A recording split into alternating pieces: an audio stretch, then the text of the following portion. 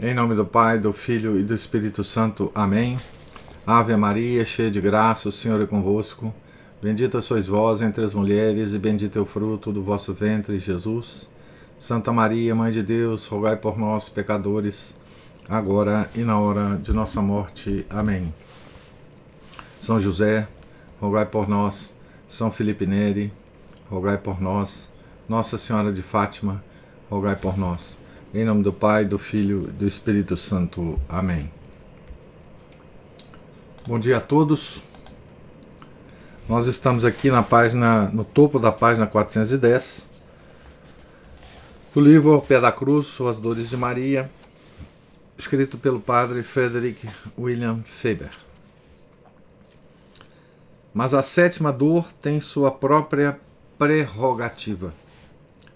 A união hipostática fora por muito tempo objeto de graciosa adoração para Maria, pois era a obra de Deus que a ciência beata dos anjos mais desejava ver. A união do corpo de Nosso Senhor com sua alma, e a união dos dois, corpo e alma, com a pessoa divina, com o Verbo encarnado, a segunda pessoa da Santíssima Trindade, era o modelo de todas as uniões, o monumento da imutabilidade na obra mutável do Criador. Como o próprio mistério da Santíssima Trindade, para ser ali o cordão tríplice de que fala a Escritura, com significativa moderação, o qual não é facilmente rompido. Havia agora algo como uma ruptura nele, e o próprio pensamento de tal coisa é demasiado terrível para ser expresso em palavras. O que o Verbo uma vez assumiu, ele nunca o põe de lado. A união hipostática não teria possibilidade de romper-se. O corpo, a alma e o sangue na cruz, no pavimento, nas sandálias dos homens e nas vestes de Maria, todos, esperando a ressurreição, estavam unidos à pessoa do Verbo eterno. Todos igualmente, ainda que todos separados. Mas a carne e o sangue haviam se separado. Os dois veneráveis, mas separados. O sangue, precioso e divino, estava espalhado em todas as direções, nos mais impensáveis lugares, nas mais degradantes misturas, na mais complicada e inexorável confusão. Como se não fosse generoso, pródigo, de natureza salvadora, para ser mantido em algum lugar, como o corpo, e para descansar num sepulcro. Sua cor deveria ser sua voz, e seu vermelho mudo deveria ser pregação e inspiração onde quer que estivesse espalhado. Mas a separação da carne e do sangue era uma temível invasão do santuário da união celestial. Ainda mais terrível foi a separação da alma e do corpo. Este velho e pavoroso mistério, criado por Deus para a punição do pecado. Aqui também, o que torna a separação mais terrível, ocorre como punição e como punição do pecado. Nos primeiros momentos da encarnação, não houvera sucessão. A alma não estivera um momento sem o corpo, ou o corpo sem a alma, ou os dois um instante sem a divindade. Mas a união, realizada no ventre, fora rompida no túmulo. E Maria ministrava a ambos os mistérios. O pesar que essa consternadora separação causara no coração de Maria devia lembrar, em sua dor, a disrupção que o havia causado. E este pesar havia de ser algo singular pois que Deus desejava que se tratasse de mistérios sem iguais em sua vasta criação. Assim, parece que esta sétima dor era um centro ou um porto para o qual convergiam as várias linhas de mistérios dos 33 anos. Belém e o Calvário, Nazaré e Jerusalém, a infância e a paixão, a juventude e o ministério, tudo isso está representado aqui. Esgotaram-se as possibilidades de tristeza. As últimas palavras de Simão embainharam-se no coração de Maria. Se ninguém pode dizer que dor ela suportou, então ninguém pode dizer que santidade ela atingiu. O frenesi dos pecados dos homens e da pressão da justiça divina separara o corpo e a alma de Jesus. Os dois juntos não podiam fazer mais nada. E então terminou a paixão. A angústia de Maria foi crescendo, variada em sua crueldade, inventiva em suas duras torturas e com a grande separação ao final. Ela é separada de Jesus, de sua alma, primeiramente, na quinta dor, e de seu corpo agora, a última separação em que ela o entregou, sua sagrada carne. Os pecados dos homens e a sempre bendita crueldade do amor divino forçaram mãe e filho a separar-se. Ainda que os 33 anos de união fossem incomparáveis, excetuada a união hipostática. Jesus estava sem Maria, e Maria estava sem Jesus. A mais escura das desolações que o mal e a heresia podem imaginar para subtrair a um pobre e perecível mundo o sangue precioso. Ah, venerável Simeão, tua última espada está de fato embainhada no coração da mãe. Partiste em paz, conforme a tua oração. Estás agora na alegre luz de Jesus. Mas tua paz de além-túmulo não é maior que aquela sua paz que por todos aqueles anos tua profecia convertera em inexprimível amargura.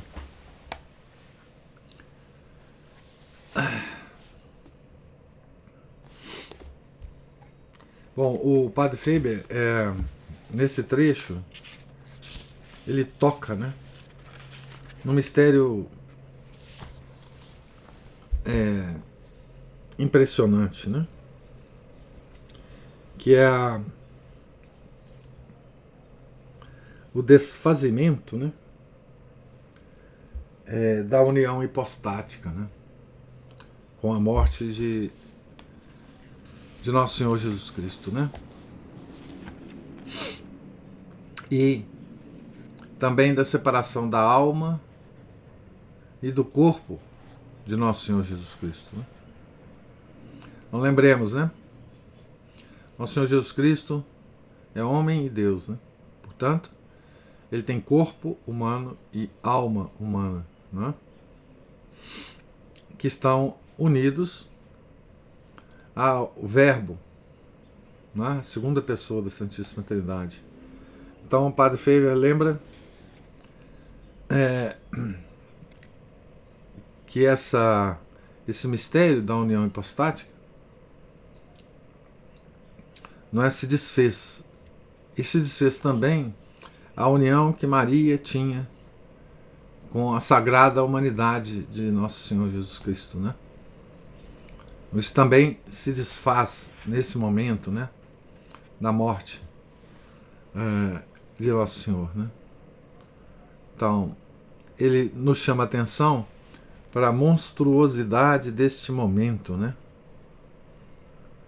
Além de toda a questão do sangue, né, que foi derramado nos mais diferentes lugares, misturado com os mais diferentes outros elementos, né?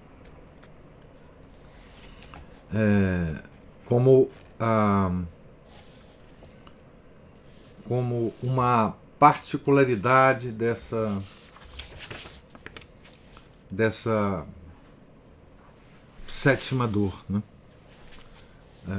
E é realmente tremendo esse pensamento, né? Das particularidades da sétima dor, podemos voltar-nos agora para as disposições em que Nossa Santa Mãe as sofreu. Era característica da santidade de Nossa Senhora a perfeita correspondência à graça. Toda e qualquer santidade, evidentemente, é uma simples correspondência à graça. Mas nos homens comuns, e até nos santos, há grande quantidade de fracasso, de flutuação, de queda e de soerguimento, e, consequentemente, de imperfeita correspondência à graça. A vontade própria desvia a graça de seu legítimo canal e imprime seu próprio caráter à ação divina. O pecado também deixa sua marca e seus vestígios, mesmo em nossa santidade. O temperamento e a disposição também são claramente reconhecíveis na estrutura quando está completa.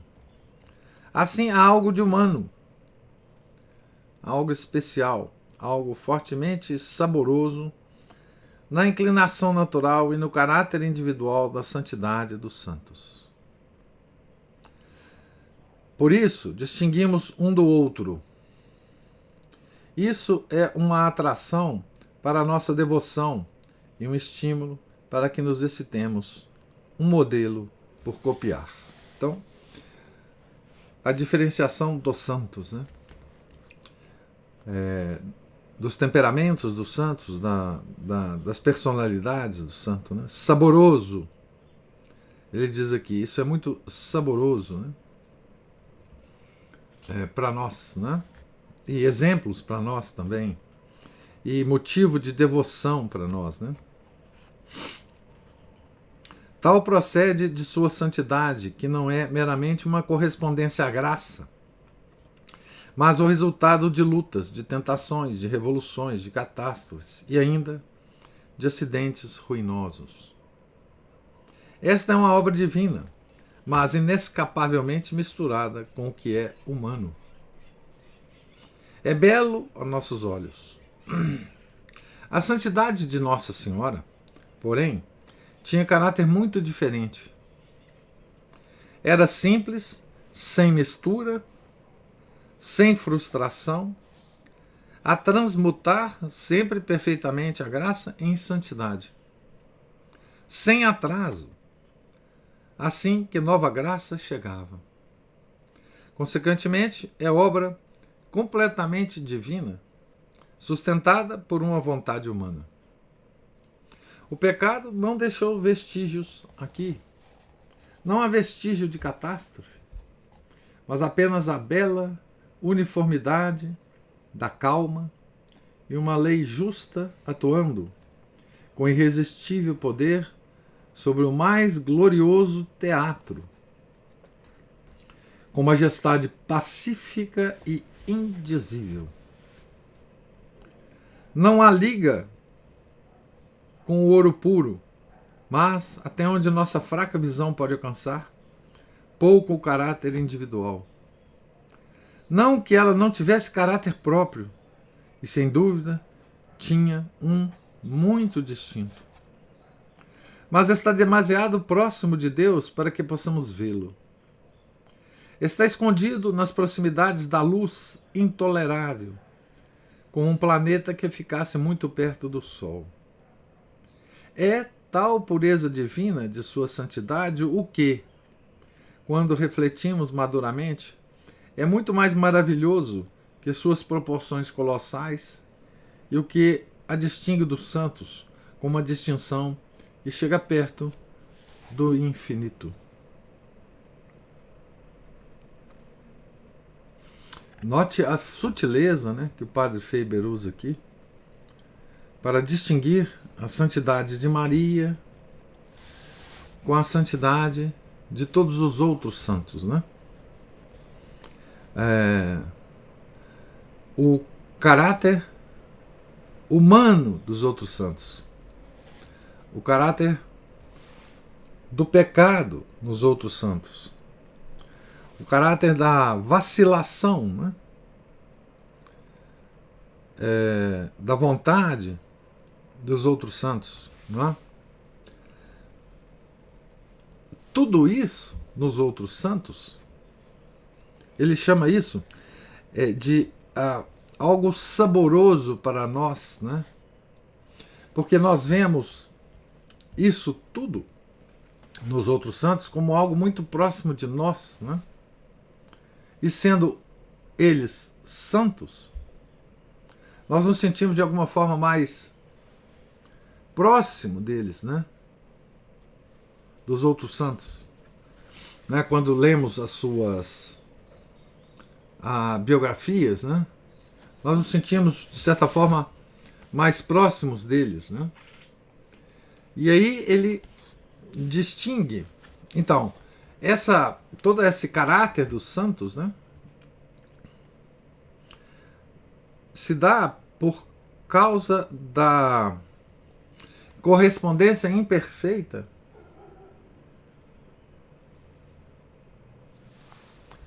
desses santos com a graça que recebem, né? Essa recepção da graça nos santos, que sofre essas vacilações, é que dá esse caráter mais humano e mais próximo deles em relação a nós, né? E aí ele distingue Maria de todos os outros santos, porque em Maria, como não há mancha do pecado, não há nenhuma vacilação na recepção da graça, né? Ela é recebida e entra em ação imediatamente, né? Então, ele diz, né? A santidade de Nossa Senhora, porém, tinha um caráter muito diferente. Era simples, sem mistura, sem frustração, a transmutar sempre perfeitamente a graça em santidade, sem atraso, assim que nova graça chegava.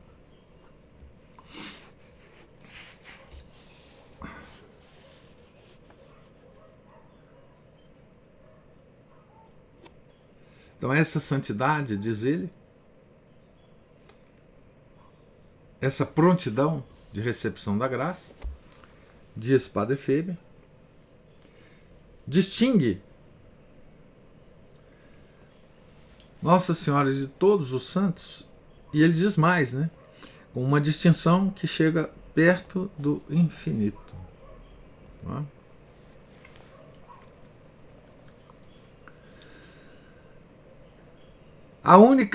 Uma única graça de Deus é já algo maravilhoso. Dizem os teólogos que uma comunhão é suficiente para criar um santo. Mesmo as graças mais comuns permitem-nos descobrir as mais variadas capacidades, os mais incríveis poderes, os mais extraordinários impérios sobre a alma. Parece, às vezes, que uma única graça é fonte espiritual de milagres em nós, ou que tem poder suficiente para mudar a direção de nossa vida inteira e conter todo o céu e a largura da eternidade em seu próprio raio. Um santo talvez corresponda a 1/1000 da graça, mas nós muito menos. É demasiado grande nossa mesquinhez, ainda quando nos esforçamos para igualar-se à magnificência de Deus.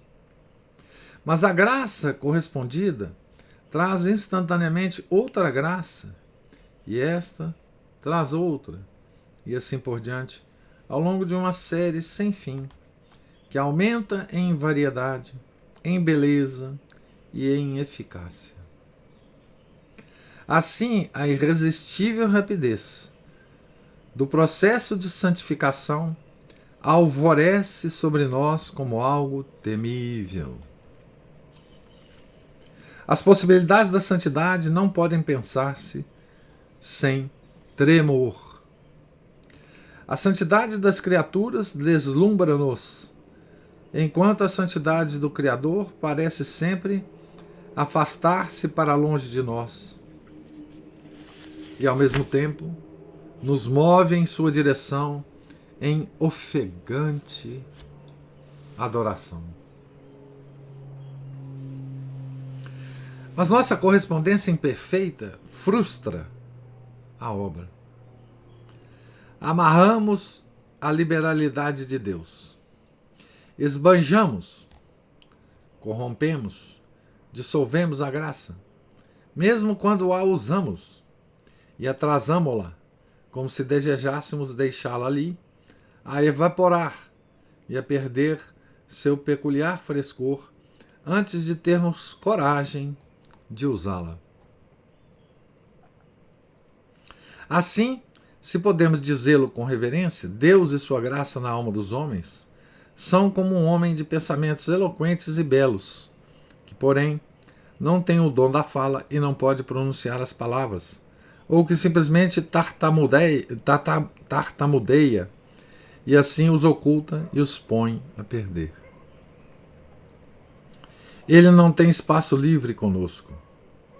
Não pode produzir senão uma obra muito inferior, na melhor das hipóteses, porque os materiais são intencionalmente incapazes de algo melhor. A graça nunca foi tão gloriosamente livre. Então, esse é o nosso caso, né? O caso dos homens. O nosso particular, né?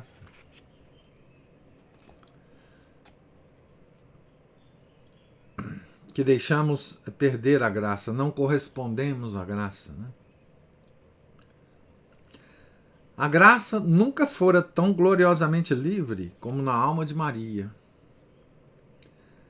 a não ser na alma humana de Jesus, que é sem comparação. Em seu coração, a graça agia, no coração de Maria, né? Como se estivesse no céu e desenvolvia-se em toda a sua magnificência. Ela correspondeu maximamente a toda e qualquer graça.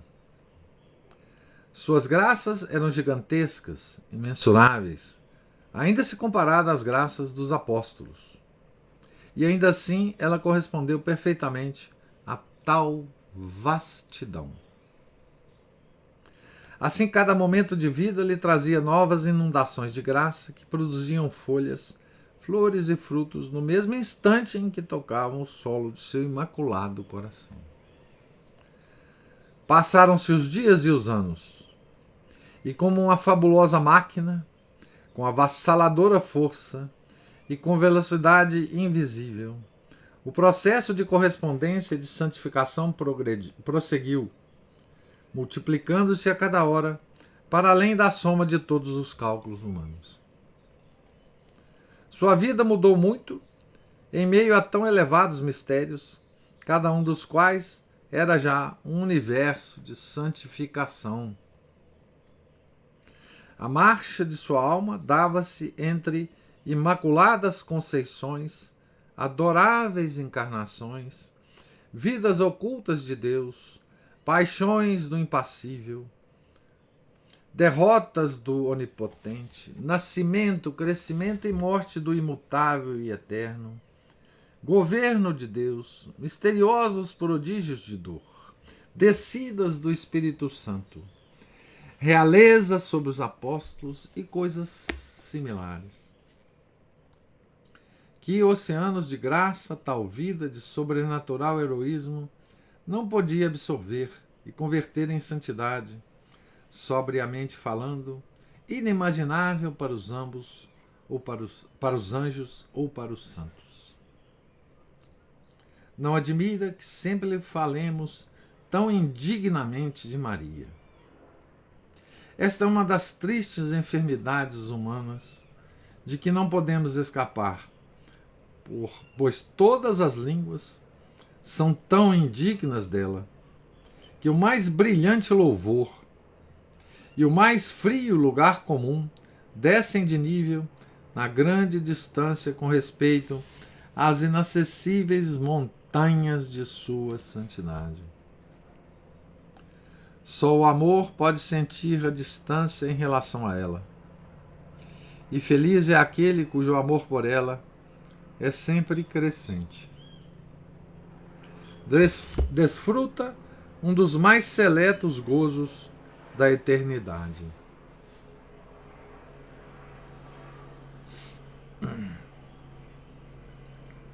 Esta visão da santidade de Maria, que é obra puramente divina, porque é simplesmente a graça de Deus realizada, e por sua correspondência, realizada maximamente, não só nos indica a real elevação de sua santidade e nos mostra que tais dimensões planetárias não são afetadas por nenhuma névoa de exageração afetiva, e que tudo o que já foi dito dela por Bernardo, por Bernardino e por outros está muito abaixo de sua tremenda grandeza.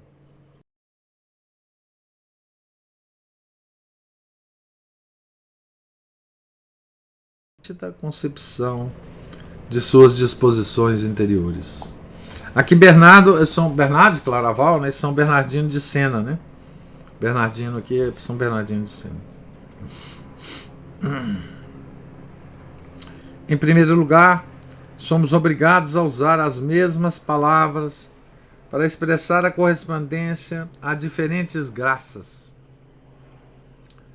Falamos de sua conformidade com a vontade de Deus, ou de sua generosidade, de sua bravura, ou de sua união, quando a mudança de circunstâncias e os refinamentos variados da graça fizeram que as palavras realmente significassem coisas diferentes em diferentes momentos.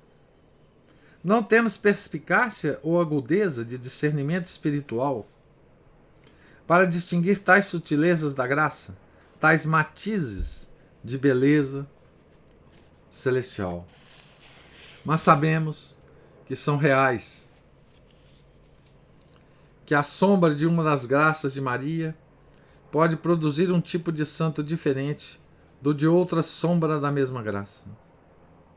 E sabemos que são tão grandes e poderosas que uma sombra de qualquer de suas graças poderia encher de cor e de esplendor a alma de multidões de santos ou os espíritos da hierarquia angélica. Mas não é uma espécie de tartamudez eloquente quando discursamos sobre as coisas de Deus. E devemos falar, ainda que o que dizemos esteja aquém do real significado, e que o significado seja apenas uma oscilante variação da realidade, que cegamente vemos nas flamejantes chamas da majestade de Deus. Então, nunca se pode dizer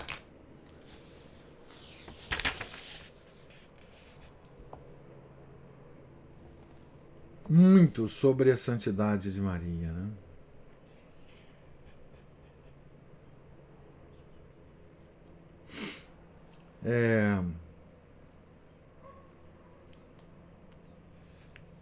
Padre Faber, né, em toda a sua eloquência aqui, né, em todo o seu texto maravilhosamente bem escrito, né, o que ele está dizendo, né, é que nós não temos palavras, né, para descrever a santidade de Maria, né?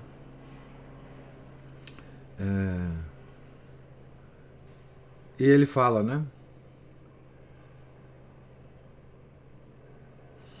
Tudo que foi dito dela por Bernardo, por Bernardino e por outros está muito abaixo de sua tremenda grandeza.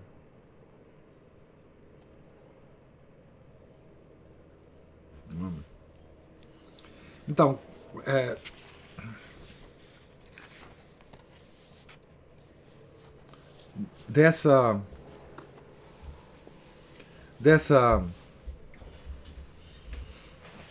desse discurso do Padre Faber, né, nós podemos muito bem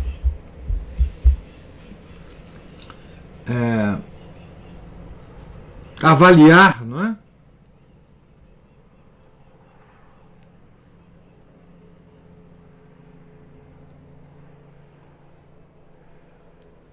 O quanto é grave qualquer ofensa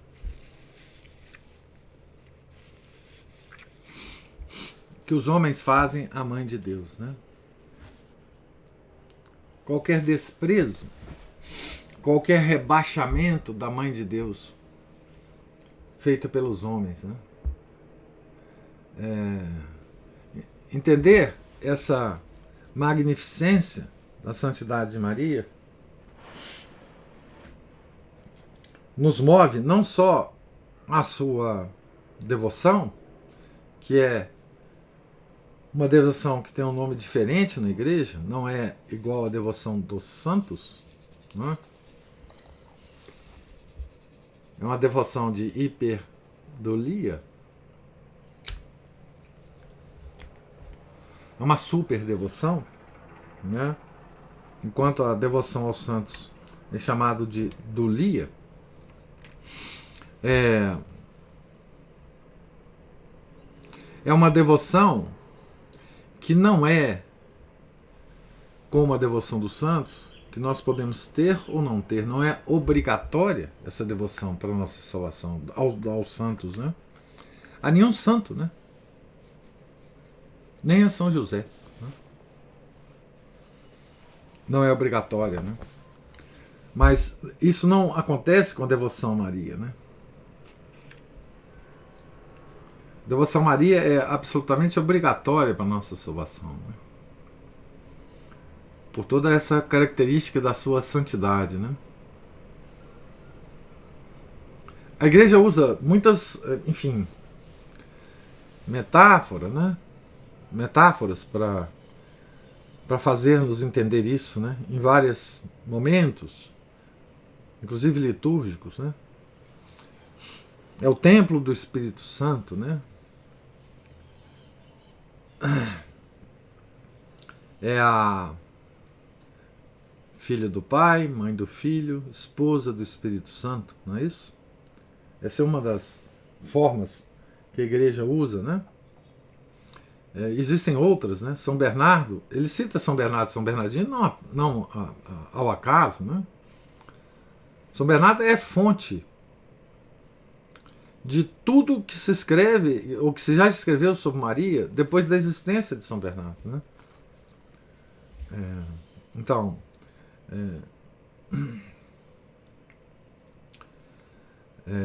São Bernardo, eu acho que a frase é dele, né? Nunca se diz o suficiente sobre Maria, né? São Bernardino de Sena também, um grande devoto de Nossa Senhora, né? E a gente percebe também, né, o quanto é terrível, né, a utilização não só das aparições de Nossa Senhora ao longo da história, as aparições verdadeiras, não é? Assim consideradas pela Igreja, para motivos vis, políticos, não é? Como também, como é terrível, não é?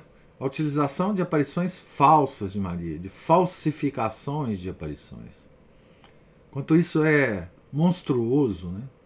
Em relação à santidade de nossa mãe, né? E que nós vemos hoje, já estamos vendo há muitos anos, há muitas décadas, né? Essas aparições, falsas aparições, esses falsos videntes, esses falsos livros de revelações sobre isto ou aquilo, né? Quanto isso é ofensivo à Mãe de Deus, né?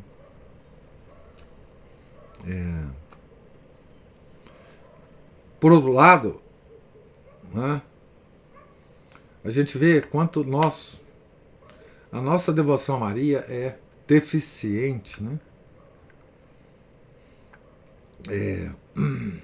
É fraca, né? É débil, é covarde, é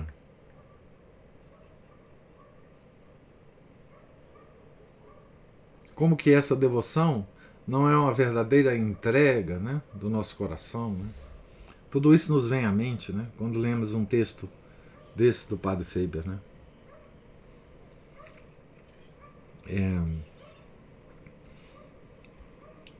E é por essas passagens, né,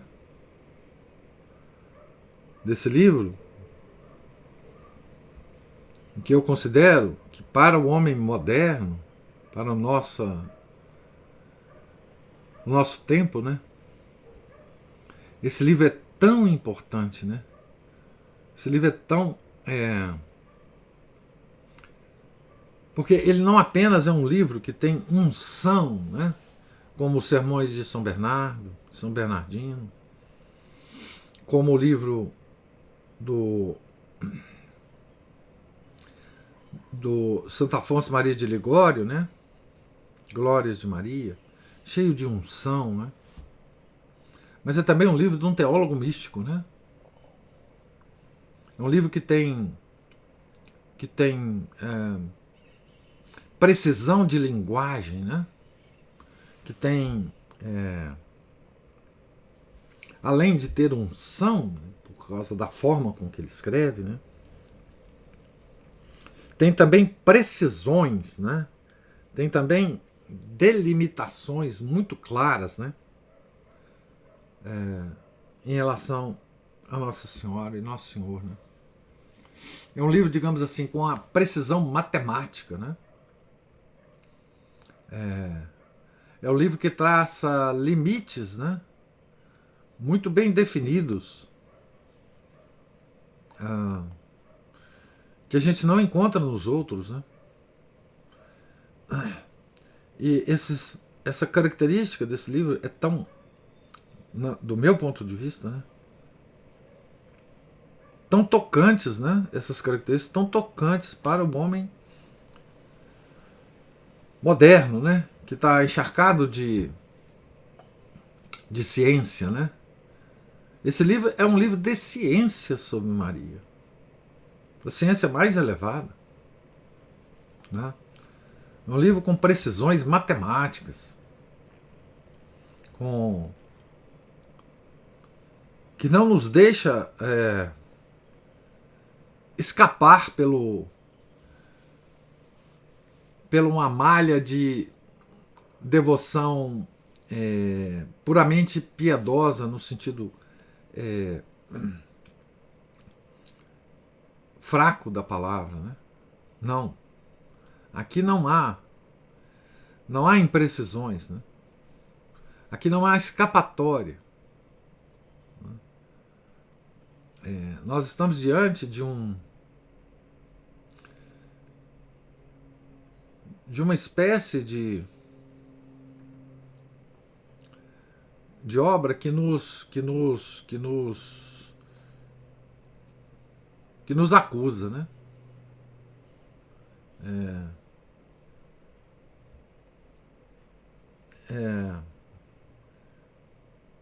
De uma forma impressionante, né? Certo? Pois bem, eu queria agora ouvir. Eu vou parar a minha leitura aqui na página 416 e queria ouvir agora as os vossos comentários e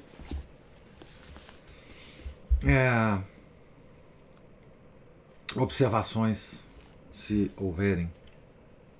Professor, Sim. o senhor falou que é uma obra que nos acusa, né?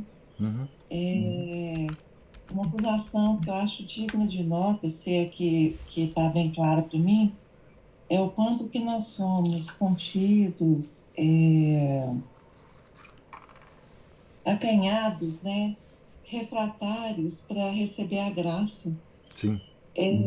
A gente, esse trecho nos dá uma clareza, uma visualização muito boa da Maria plena de graça, Isso. né? Como quando a Graça gente plena. faz a ladainha, ela é uma taça de devoção, é um receptáculo totalmente aberto, né? Ao recebimento da graça, essa noção, né, de corredentora, que noção não, a nossa fé da corredenção de Nossa Senhora, para mim agora mais clara, que ela é corredentora e todo o sofrimento de Jesus, ela também foi co-sofredora. Isso. O mesmo, em cada parte de sofrimento, Proporcionalmente a uma criatura, né? proporcionalmente a uma criatura. Isso.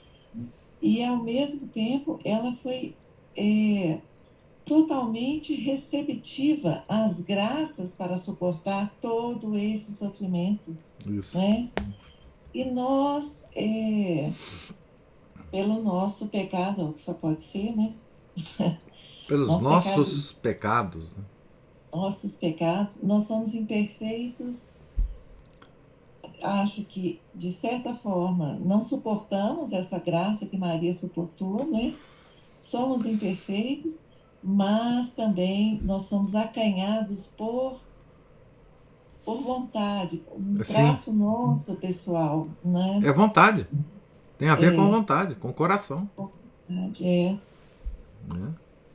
Não tenha E dúvida. Ele faz, inclusive, a comparação da taça, né? Como se a gente tivesse uma graça numa taça e tivesse esperando ela evaporar sem correspondê-la. Corresponder a ela, né?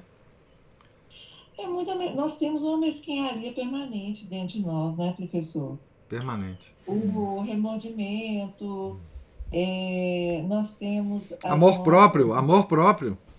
amor próprio, as nossas grosserias, né? Nós somos tacanhos e a gente está sempre pesando e medindo com microscópio, né? Uma visão muito curta das coisas. Então, essa entrega, a entrega que nós devemos fazer para a graça, é uma coisa que tem que ser exercitada e meditada, né? Agora, o professor, quando há muitos anos eu ainda não tinha retornado, ainda era jovem e tinha recém-casado, trabalhava num local que as pessoas eram muito metidas a intelectuais, a sabichones, a saber tudo, sabe? E teve uma vez que uma moça, uma colega de trabalho, as pessoas falando mal da religião, eu lá calada, trabalhando, ouvindo, e de repente aceitando, né? Porque eu suportava, a gente suportava, porque imagina brigar por isso. É. E teve um momento que ela soltou, assim, que blasfemando contra a virgindade de Nossa Senhora, falando impossível. O professor, é interessante que eu durante muito tempo me lembrei disso, assim, eu me calava até para protestante, mas isso eu sempre achei inadmissível. Então, eu acho que o senhor fala do nosso sensus fidei. Se tem uma área que para nós você instintivamente se incomoda, é quando falam mal de Nossa Senhora, ou a desrespeitam, ou não consideram que óbvio que ela é santíssima, imaculada, óbvio que é mãe de Deus. Qual que é a dificuldade disso? Qual que é a dificuldade É, de, não é? essa é a grande dificuldade desse pessoal, né? Na verdade, a virgindade de Maria é uma coisa impressionante, né? É, para esse pessoal, né? Porque também tem a questão aí, Cristina, da ciência, né? É a questão da ciência, né? Porque a ciência não explica, né? Então, assim, esse é o problema, né? É, Nós estamos encharcados de ciência, né? Então, assim, como que a ciência pode explicar a, a um nascimento mantendo a virgindade da mãe, né? Então, como a ciência não explica, então, né? é, Deus está contido, né, nas leis terrenas, né, nas nossas pobres conjecturas, né, professor? É, mas isso é repugnante mesmo para qualquer devoto, né? De Maria, né? Essa, às vezes a gente, o nosso senso, né? Quando ele está mais ou menos orientado, né? Ele, ele é, nós reagimos mais com mais repugnância a um ataque a Maria do que até um ataque a Nosso Senhor, né? É, É uma coisa impressionante isso, né? isso é uma coisa que me ficou muito gravada, assim, É, de olhar para ela e falar assim, o quê? Como assim? é, Isso assim, é uma coisa que a gente não nos repugna, assim, o ataque à mãe. Agora, professor, nessa linha da ciência, eu não sei, assim, eu ouvi um vídeo, eu não sei se eu fiquei muito triste ou fiquei alegre com isso, porque todas as vezes que eu vejo as pessoas tentando convencer as outras de que a ciência explica a nossa fé, eu acho que eu já fico meio triste, sabe? Eu já passei dessa eu também. necessidade, né?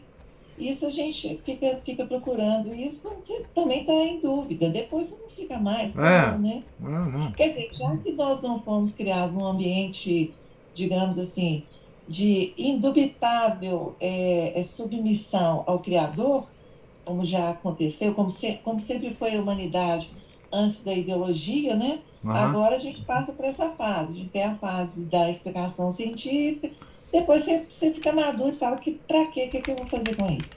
Mas outro dia eu assisti um videozinho de uma católica, isso eu já tinha até ouvido falar antes, que é um processo químico que acontece quando as mulheres engravidam, que todas as características genéticas do filho ficam impregnadas na mãe durante muitos anos. Isso é um processo químico, ele é comprovado, né? E aí eu vi uma católica carregando um videozinho, ela carregando uma imagem de Nossa Senhora e falando, tá vendo? O Deus passou para Nossa Senhora as suas características, mesmo que ela no futuro, esse processo bioquímico se desfaz no corpo da mulher, né? Então, se eu já vou falar disso, é um processo químico, tem um nome. Eu acho que eu já ouvi, sim. Gime, não sei o quê, uma coisa assim. Aham. Eu não sei o que pensar disso, tá, professor? Se é bom, se é ruim. Não acrescenta nada para nós. Nada, né, professor? Nada. Nada. Nada, nada, nada, nada, nada. É, É, eu me lembrei quando você estava falando de duas coisas. Primeiro, da Maria Corredentora, né? Então, na teologia dogmática, se você ler um livro.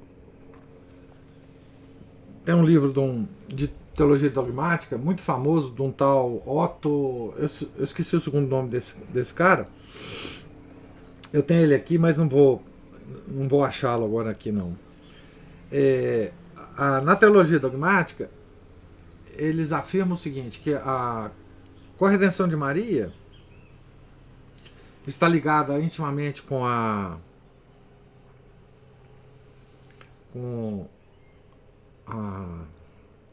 medianeira de todas as graças, né? Era o dogma, o quinto dogma de Maria, que todos esperavam que seriam proclamados no Concílio Vaticano II, né? E que não foi. Mas enfim, ele é um fato teológico certo, de uma certeza altíssima, e que nós podemos aderir a ele com tranquilidade, segundo a teologia dogmática, e que só falta ser proclamado, porque tem todas as notas de um dogma, inclusive tem uma missa da igreja composta para a medianeira de todas as graças. Eu acho que essa missa, se você procurar no missal, tá no dia 11 de novembro, se não me engano. A missa da medianeira de todas as graças, que é a questão da corredenção, também está ligada a isso, né? Intimamente ligado. Então, a igreja já fechou essa questão. Não existe mais questão sobre isso, né? Isso foi uma primeira coisa. A segunda coisa que me ocorreu quando você falava é a questão da ligação entre Nossa Senhora e a igreja. Tá? Eu vou ler um pequeno, se vocês me permitem, eu vou ler um pequeno trecho aqui, escrito por Chesterton, sobre a sua própria conversão, né?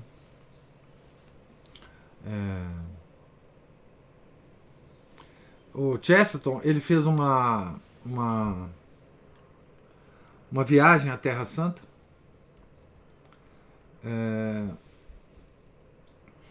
E ele, nessa viagem, na volta dessa viagem, ele passa pela Itália, passa por Brindisi,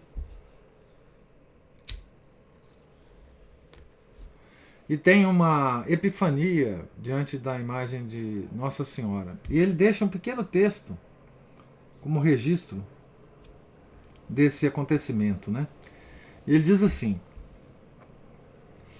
os homens precisam de uma imagem única, colorida e de claros contornos, uma imagem a ser trazida instantaneamente à imaginação, quando o que é católico precisa ser distinguido do que alega ser cristão, ou mesmo do que é, em certo sentido, cristão.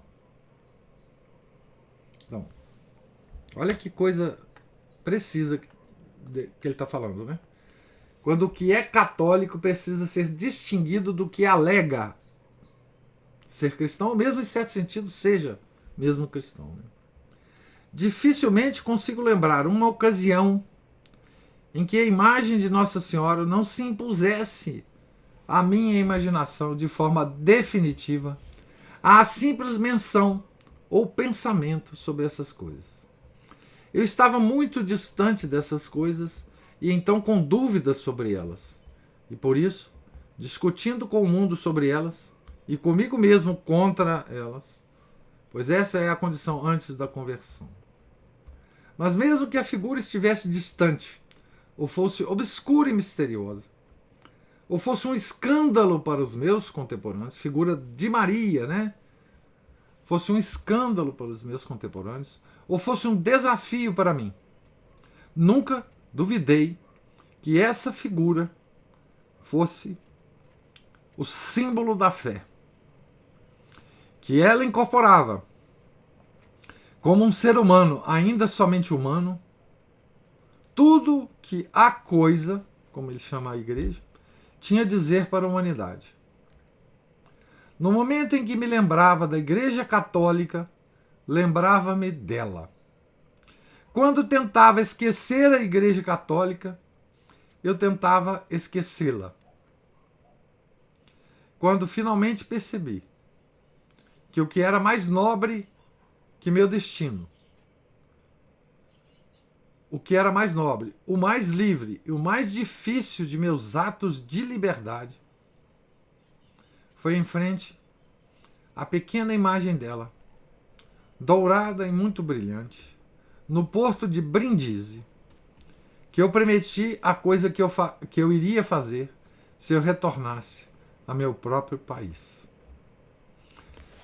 Então, esse texto é um texto de anúncio, né?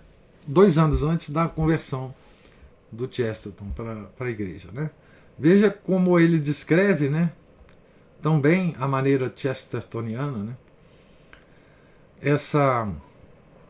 a figura de Maria como uma figura da igreja, né? Ela é inextricavelmente inseparável da igreja, não há como, né? Ela é a figura da igreja, né? É a imagem, né, da igreja católica, né? E como é forte, né?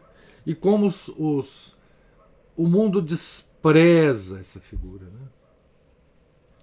É impressionante, né? Como que o mundo, quando ele quer desprezar a igreja, ele faz isso desprezando Maria, blasfemando contra Maria, né? Esse texto está no meu blog, eu vou deixar ele aqui para vocês, se vocês quiserem relê-lo, né? O Felipe, ele pergunta assim: culto de latria, culto de hiperdulia, culto de idolia, Deus, Maria, santos. Qual a correlação, professor? Pois é isso mesmo. Culto de latria é adoração. Adoração é devida a Deus, a Santíssima Trindade, né? Nós não prestamos culto de adoração a santos e a Maria. Nós prestamos devoção. Nós temos devoção a Maria, que é uma devoção absolutamente especial e obrigatória, que é chamado hiperdulia. E o culto de dulia é o culto que a gente presta aos santos, que não é obrigatório para a nossa salvação. Essa é a relação aí, Felipe, entre o que você falou aí, culto de latria, de dulia e de hiperdulia. Mas a Ana Paula ou o Márcio levantou a mão aí. É que quando na leitura de hoje fala da gravidade, né, que é ofender a Nossa Senhora, a gente não deixa de pensar, por exemplo, nos protestantes, né, que fazem de tudo para diminuir a figura de Nossa Senhora, se revoltam contra ela, e até essas paradas gays aí, essas coisas horrorosas, esses carros alegóricos de carnaval que fazem tantos sacrilégios, tantas blasfêmias, né, que a gente vê. E eu desconfio, viu, professor, que muitos protestantes hoje, não aqueles que derivaram lá atrás, no início, da Igreja Católica, né, que foram saídos da Igreja Católica, mas esses novos agora, que né, o protestantismo foi ramificando de tal maneira que é impossível saber quantas versões já dele, que 30 mil. 30 mil? Sim. O cálculo mais exato, assim, mais moderno que a gente tem é 30 mil denominações protestantes. Nossa. Extrapolou muito o que eu imaginava. Mas aí eu fui pensando assim, que eles nem... eles não consideram mais Nosso Senhor como a segunda pessoa da Santíssima Trindade. eles nem sabem nada sobre Santíssima Trindade, e muito menos que Nossa Senhora é a mãe de Deus, né? Eles não consideram isso. Teótocos, Então, não. e aí a gente pensa assim, que até em termos humanos, como que porque não tem lógica um negócio desse, porque como que eu me digo sua amiga e falo o tempo todo mal da sua mãe? Eu, no mínimo, se eu não tiver nenhuma simpatia a ela, eu me calo respeitosamente por causa da nossa amizade, Isso. não é? É. E aí a gente pode pensar como que nós vamos, como que o mundo hoje colhe frutos de um tempo em que não se respeitam mais pai e mãe, e que pais e mães também não se dão ao respeito, né? E uma outra coisa que falou no texto aqui, porque eu acho que o Padre Faber usou umas 2 ou 3 vezes a palavra tartamudez.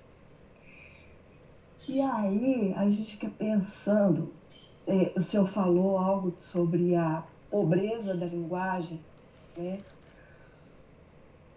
Como que as pessoas, como que outro dia é porque eu fui levar os meus óculos para fazer um ajuste, que ele estava caindo do rosto assim, e o senhor lá na ótica, um senhor assim, dos seus 60 e vários, aparentemente, ele me atendeu numa gentileza, com um cuidado, e eu fico pensando assim, meu Deus do céu, o que que vai ser da gente quando toda essa geração, quando eu for a geração mais velha, né? O que que vai ser da gente? Porque o que que vai ser de um mundo quando as pessoas não tiverem o mais mínimo Tá. olhar de atenção, o mais mínimo interesse pelo bem-estar do outro? Quando elas forem tão diferentes. Eu tô agora, finalmente, foi a quarta tentativa, viu, professor, de ler aquele livro o senhor já falou milhares de vezes com a gente para ler, do Robert Benson, O Senhor do Mundo. E ali é uma coisa muito impactante para mim, ainda não cheguei na página 200, estou próxima a isso, é a indiferença de umas pessoas pelas outras. A indiferença de uns personagens lá pela própria mãe, pela a morte da própria mãe, Uhum. sabe? Então, assim, e aí você vai ligando as coisas, né? A pobreza de uma linguagem que não vai saber explicar sentimentos, belezas para uma próxima geração. Essa próxima geração não vai ser capaz de entender. Essa próxima geração não vai se interessar nem minimamente pelas pessoas que a cercam. É a própria confusão instalada no mundo. Isso. É. Isso aí é o afastamento de Deus completamente, né? Que é uma característica do anticristo, né? A confusão, né? É uma. Mas isso que você descreveu já impera no mundo, né? É raro você encontrar esse traço que você encontrou lá no velhinho que te atendeu, né? Porque o velhinho, ele tem o hábito, ele já se habituou a tratar as pessoas bem, né? Isso é uma segunda natureza dele, né? Esses hábitos, eles se perderam hoje. A humanidade já vive sob esse império, né? E, e esse império, ele não. A não ser por um milagre, ele não tem volta, né? Porque as coisas não ficam mais. não estão claras mais na mente das pessoas, né? E não foi por falta de advertência, né? Quando eu digo, né, quando eu fiz aquele raciocínio das aparições de Nossa Senhora e das falsas aparições, né, exatamente isso, né, Ana Paula? A confusão, ela se generalizou, né, no mundo. Assim, o Gustavo Corsão tem um texto muito bonito que ele fala o seguinte, que ele começa a refletir sobre aquelas pessoas que na hora da morte não tiveram o hábito da oração e sequer podem dirigir uma oração a Deus que poderiam salvá-las, né? Eles não sabem mais um Pai Nosso e uma Ave Maria para rezar na hora extrema, na hora que a morte chega. Eles não sabem as palavras salvadoras, né? As palavras salvadoras, né? E quando eu li esse texto, eu vou ter que reencontrar esse texto, porque eu não lembro nem o título dele. Eu me lembrei da história da freirinha que tinha saído do judaísmo, se convertido e se transformado em freira, cuja mãe continuava no judaísmo. E quando ela morreu, essa freira entrou em desespero e começou a acusar Nosso Senhor Jesus Cristo de que ele não tinha dado a devida atenção para a mãe dela, que ela tinha escolhido a vida religiosa, que ela tinha uma vida toda dedicada à conversão da mãe e E Nosso Senhor apareceu para ela e disse o seguinte: você, né, basicamente, que ela era uma pessoa de pouca fé e que a mãe dela se salvou.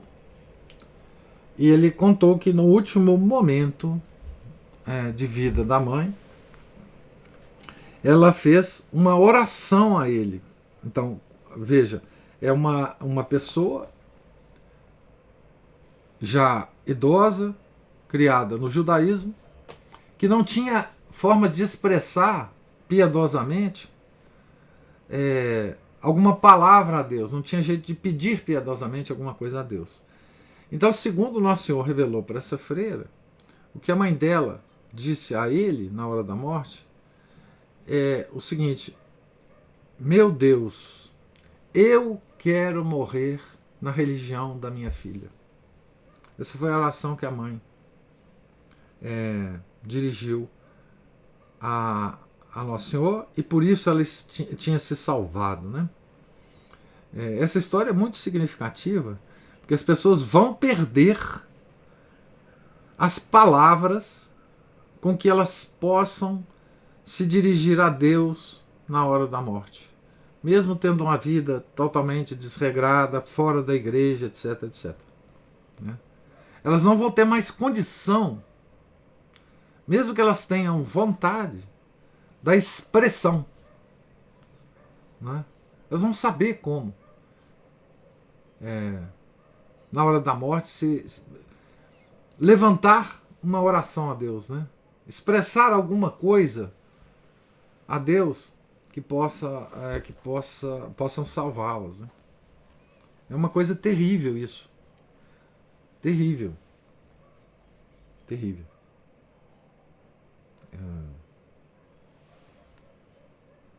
E a gente fica pensando em tudo, né? Em todas as pessoas que a gente conhece, né? Que estão afastadas, ou que às vezes nunca estiveram na igreja. Né? É terrível a situação.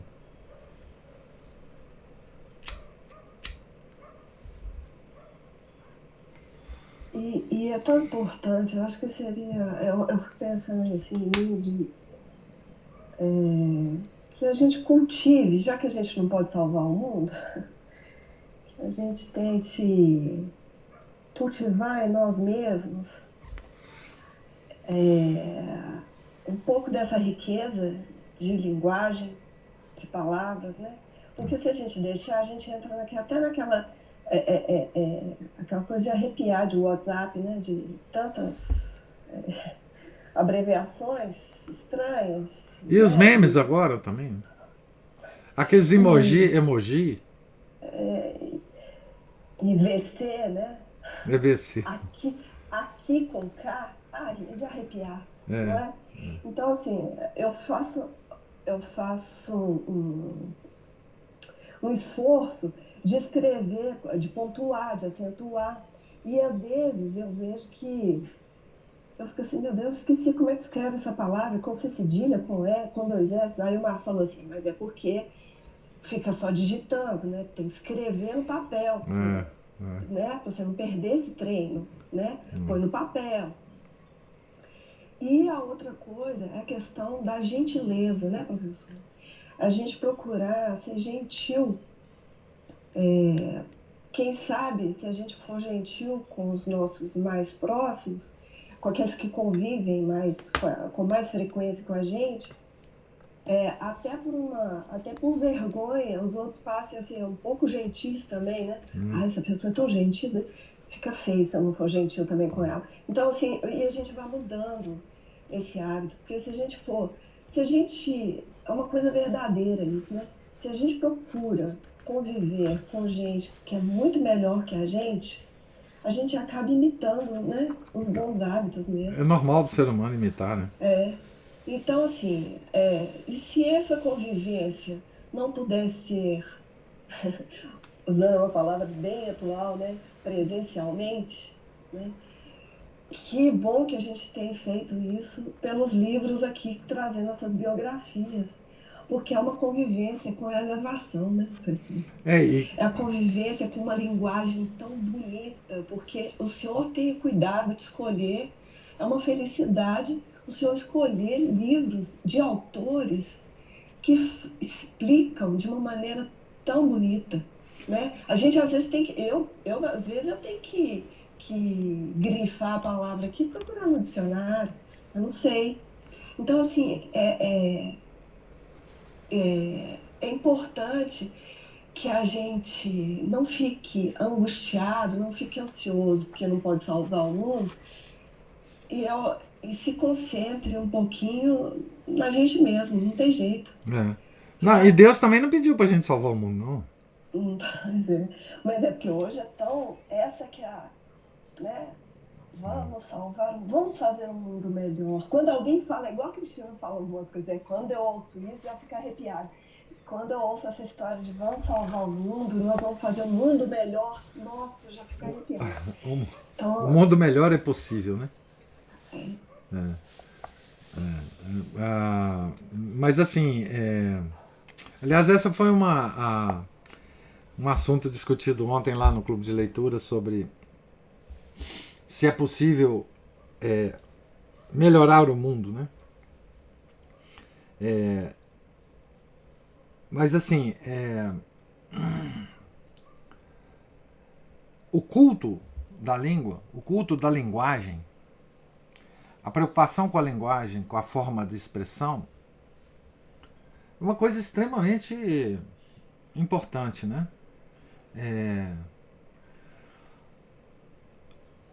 O que acontece é que hoje em dia não é nem que... Porque, assim, uma pessoa ignorante que tem pouca convivência com a língua culta, digamos assim, se ela tem clareza mental, ela consegue se expressar mesmo usando palavras, expressões mais rústicas, né? Você vê que pessoas menos cultas, quando ela tem clareza mental, ela consegue se expressar. O problema é quando a pessoa não tem mais a clareza mental, né? Tá certo? Então, por um lado, é preciso se preocupar com a língua, né? Com os recursos da língua em termos de expressividade. Outra coisa nos preocuparmos também com a nossa clareza mental, né? A luz da mente, né? Para que a gente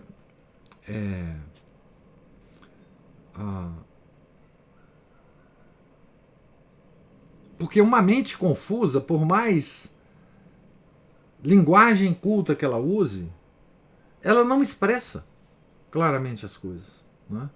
Então, às vezes a gente pega textos que você claramente vê que a pessoa está expressando os seus pensamentos numa linguagem culta, mas os próprios pensamentos estão confusos. Então ela não consegue se desvencilhar da confusão mental, por mais expressividade que ela tenha, né?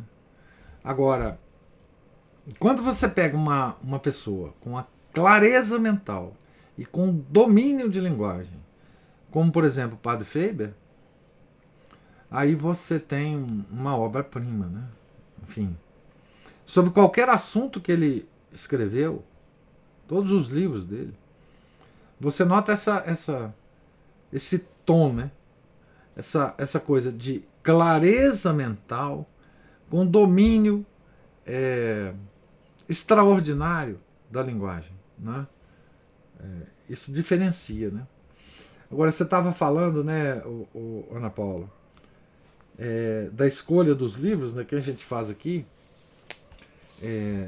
É muito difícil você pegar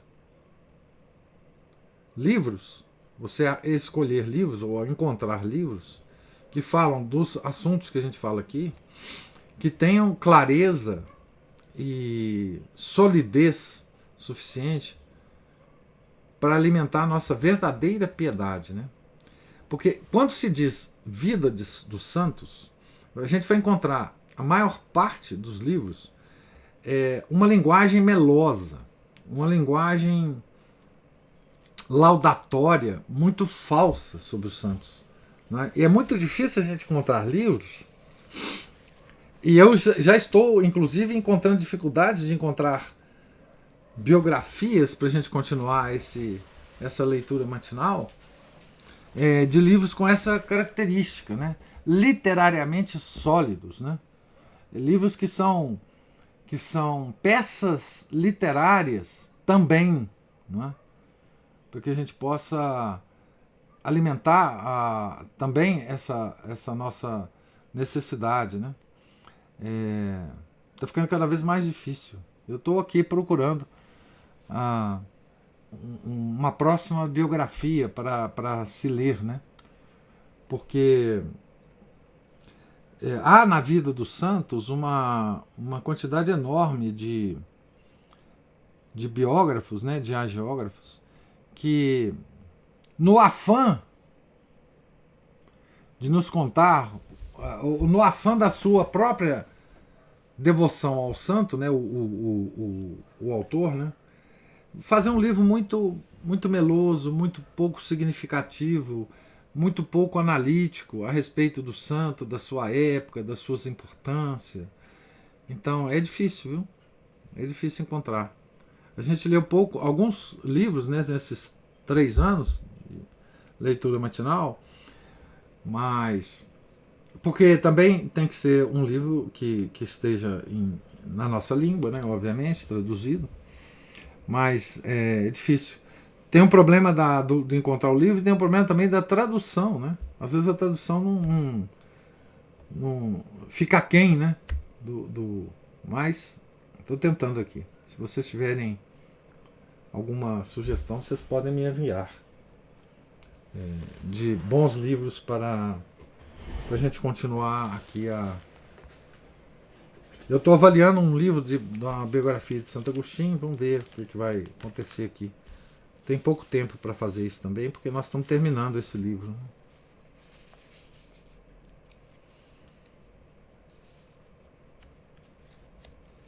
Então, mais algum comentário, alguma observação? Então, nós amanhã, se Deus quiser, amanhã ainda é quinta, né? Nós voltaremos aqui na página 416 e continuaremos a leitura. Deus lhes pague a presença, a paciência, os comentários.